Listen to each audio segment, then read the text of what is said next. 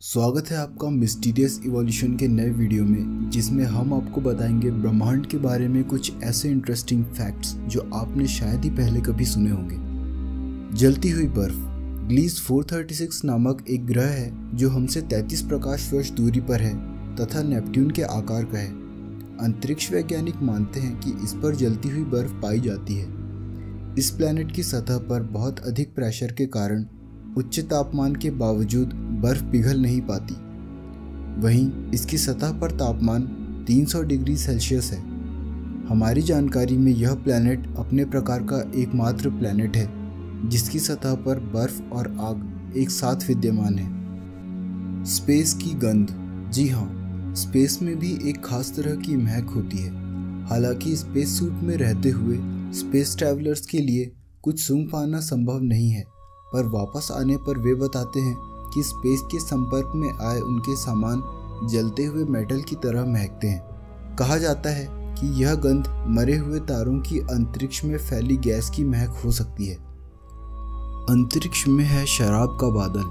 तकरीबन 10,000 प्रकाश वर्ष दूर एक ऐसा तारामंडल है जिसमें एक अल्कोहल का बादल है।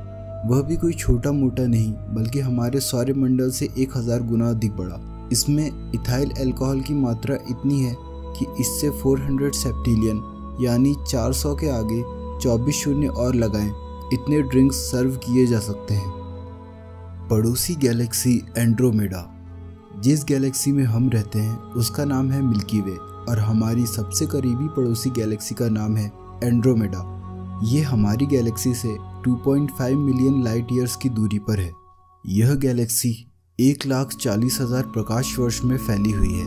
कम प्रकाश होने के कारण हम इसे खुले आकाश में नहीं देख पाते, अन्यथा यह चांद से भी 6 गुना अधिक बड़ी दिखाई देती। वैसे तो किसी तारे का जन्म या मृत्यु अचानक नहीं होती, पर ब्रह्मांड में यह प्रक्रिया निरंतर चलती ही रहती है। हमारी गैलेक्सी के अंदर ही होने वाली तारों के जन्म और मृत्यु के घटनाओं के आधार पर यह कैलकुलेशन सामने आता है कि ऑब्जर्वेबल यूनिवर्स में प्रतिदिन 275 मिलियन तारे जन्म लेते अथवा मरते हैं, यानी एक साल में लगभग 100 अरब। समय।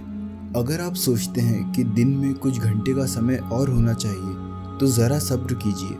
हर सदी में पृथ्वी की घूमने की गति 1.5 मिलीसेकेंड्स कम हो रही है। डायनासोर्स के समय एक दिन की अवधि 23 घंटे की हुआ करती थी। सन 1820 में 24 घंटे का एक दिन हुआ करता था, जिसमें आज 2.5 मिलीसेकेंड्स और जुड़ चुके हैं। इस गति के अनुसार 20 करोड़ सालों के बाद एक दिन की अवधि 25 घंटे की हो जाएगी। हैबिटेबल जोन्स अथवा ब्रह्मांड की ऐसी जगहें जहां पर जीवन संभव हो सकता है। हाल ही में नासा ने पृथ्वी जैसे कुछ अन्य ग्रहों की खोज की है। हमारी गैलेक्सी में 200 से लेकर 400 अरब तक तारे तथा 100 अरब ग्रह हो सकते हैं। हर 5वां तारा सूर्य जैसा है तथा 22% तारों के पास पृथ्वी जैसे ग्रह हैं, यानी ऐसे ग्रह जिन पर पानी मिल सकता है तथा वे अपने सूर्य से सही दूरी पर स्थित हैं।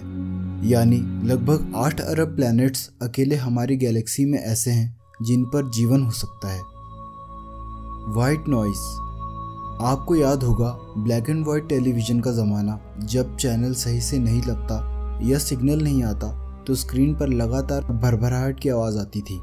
इस लगातार होने वाली भरभराहट का 1% बिग बैंग के समय का रेडिएशन है, जो कि टीवी सिग्नल में हस्तक्षेप करता है। बिग बैंग की इस फ्रीक्वेंसी का पता लगाने के बाद ही 20 मई 1964 को American radio astronomers Robert Wilson तथा आर्नो पेंजियास ने कॉस्मिक माइक्रोवेव बैकग्राउंड रेडिएशन की खोज की। दोस्तों, इन फैक्ट्स के बारे में आपका क्या सोचना है अपने कमेंट्स द्वारा हमें ज़रूर बताएं। साथ ही अगर आपने अभी तक हमारा चैनल सब्सक्राइब नहीं किया तो सब्सक्राइब बटन पर क्लिक करें